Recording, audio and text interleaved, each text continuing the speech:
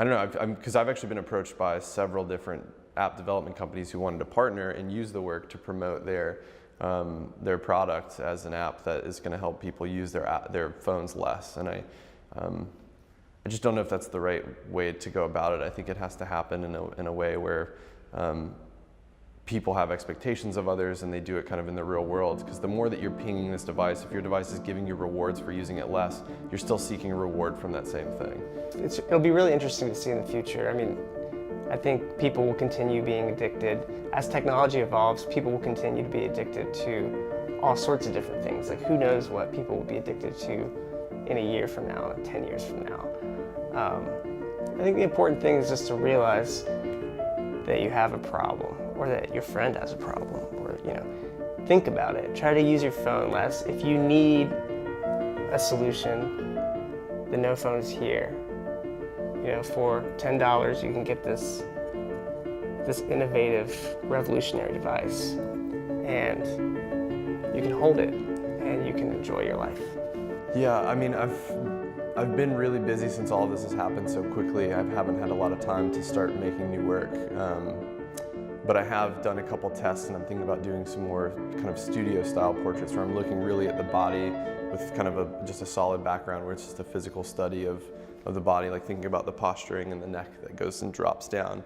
Kind of what does that isolation look like in the body language of a user of technology. So it's kind of hard too, because the direction that the work has taken, it's almost established me as this person who's going to talk about screen culture, and I have interests beyond that. A lot of this work started about my ideas about photography and the way that changes the way we interact with the world.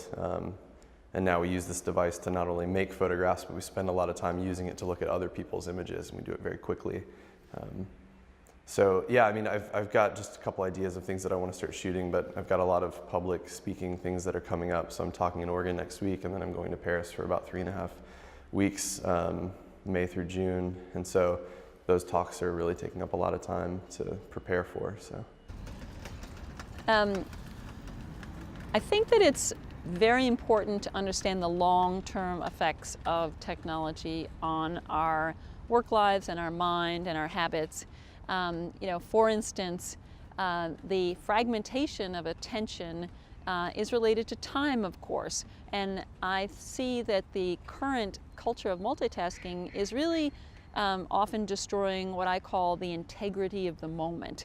So when we have a moment, that is actually a platform for building thought, for building frameworks of thinking. We need that time, that uninterrupted time to digest. This one's titled Angie and Me, and important kind of self-portrait and almost kind of the birthplace of the project, because this is the side of the bed that I had fallen asleep on where the device had hit the floor, and I saw my empty hands. And kind of got the idea to really start investigating the series. But really, again, like I said before, having myself in the photograph allows me to be a part of the series and be a part of the conversation. And I'm not this person who's above everybody else or saying that I'm better, but it's something that as an artist I'm experiencing in my own personal life. I think the whole virtual reality thing is going to be really interesting to pay attention to. There's a lot of momentum behind that now, and different markets trying to pick it up. I mean, Zuckerberg I think last year they dropped a couple $1 billion to purchase, one of those, I don't think it was with Google Glass, but one of those development companies. And, there's this idea that you could go shopping and check out a showroom of products by sitting on your couch. And that's going to be a whole different shift where people are like just not even leaving home at all. You can just live in this virtual world right in front of your eyeballs. Yeah, I think about like what are the experiences that we do miss out on when we are kind of sucked into these things. We're getting to the point where we're kind of doing this gesture more than we're not doing it, and I think it's just about the individual figuring out what's meaningful time to them and what kind of expectations do they have from the people that are in their lives. The measures of creativity have slipped into countless different ways: imagination, sense of humor, novelty, etc. But the the type of creativity that's fallen most is something called elaboration. And that is the ability to, as I'm mentioning, build on an idea, flesh out an idea. High school and middle school teachers, on average say that technology is making especially students more impatient, more prone to shortcuts. I mean, this is related to our ability to elaborate on an idea. And once you need to do that, once you do that, you need to, once you have an idea, you need to move forward with it. So I think the integrity of the moment is related to how we experience time, and verticality is, in a sense, how we are relating to the space of our mind. And those two experiences of time and space are very important to protect, so that we can be creative, so that we can do more than react and do more than just run with the first answer in our minds. In a soon-to-be evacuated space in the Lower East Side, i.e. dying institution. Fuck your phone, keep your head up is a little campaign I do to remind myself to be on my phone less and partake in the world more. Appreciate who's around me, when they're around me, as they're around me. Smartphones make you dumber. Who couldn't benefit from using their phone less? In fucking instant gratification nation, society is like the next thing. Was it like a 6-second attention span? It's like a second less than a rat. That's crazy. I've been through different generations. I've experienced the late 70s, the 80s, the 90s, 2000s, and I've watched all this happen. And in the process, I've done some soul searching. I've studied Buddhism at times, and practice present time awareness with my dude Noah Levine, Dharma punks, and that's about staying in the moment, in the right now, where your feet at. Take a deep breath, stay in the moment. Eckhart Tolle, it's the power of now. Don't live in the past, don't live in the future. The past usually brings up resentment, and the future usually brings up fear. Like, stay where my feet are planted. I got a shot at being happy without outside influences. You're not even a fast food generation. You're an instant gratification nation. It's not a bad thing, it's just what it is. We're fucking influenced by outside sources, advertising. They push these fucking phones on you like everything's instant. I've always been annoyed with social media aspect, like advertising. It's always gotten under my skin. Since I was a kid, I never listened to commercials. I shut the commercials off. It's fucking force feeding. In transit, they get to tell you what you want, what they want. As long as you pay a fee, you get to put what you want on the walls and force feed it to you visually.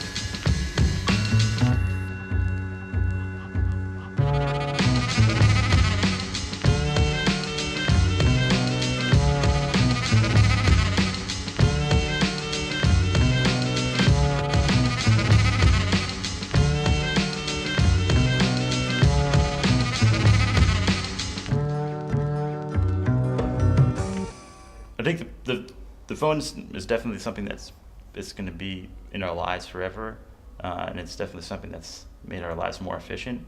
But it does get to a point where you're just using it all the time, and not doing the things you normally would do, like talk to a person, look somebody in the eye when you talk to them, or even just go outside. Like there's probably a lot of people that just seamless food to their house and just stay inside more because they don't have to go outside. They can just go on Instagram, see what their friends are doing, and not communicate, and it sort of like creates like a turtle person, which is really weird.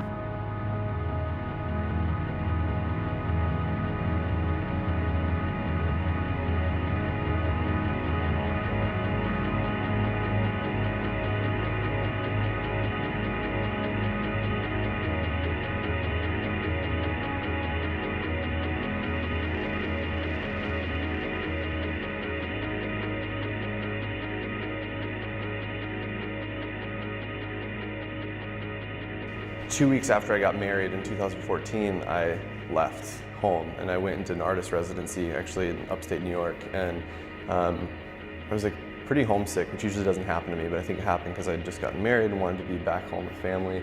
And I would go to this coffee shop in the mornings to start my day, and it was like really towards the end of the trip. I was like really ready to be home, and I saw this family, and it was a mother and a father and 2 daughters, and they're all at this like little cafe, and everybody was on their device except for the mom. And there's just this silent table, and the mom just like stared and like zoned out the window and looked so like isolated from her family, even though they were in the same place. And I was like, how dare they like waste that precious time they have together? So I like wrote about it. I usually don't journal, but I just like kind of wrote about that experience that morning. And then when I left that cafe, I just was kind of obsessed with just observing people who are on their devices. You don't have to, move your head more than 2 degrees to see someone else doing it.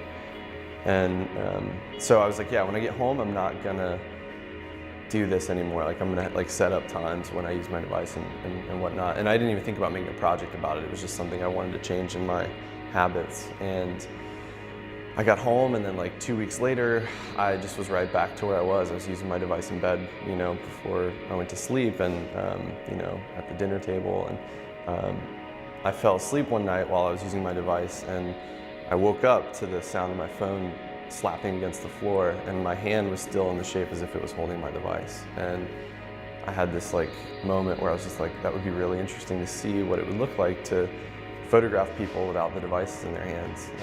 Because I was just thinking about the way that it changes like the way that our body interacts with other people. And I feel like people could, within a couple millimeters be able to predict the width of their own device because they hold on to it more than anything else. So yeah, I started doing some test shooting and had a couple people model for me, and worked through all these different ways of, if I was going to use film or digital, and eventually kind of came up with the formula that ended up making the photographs that have this aesthetic.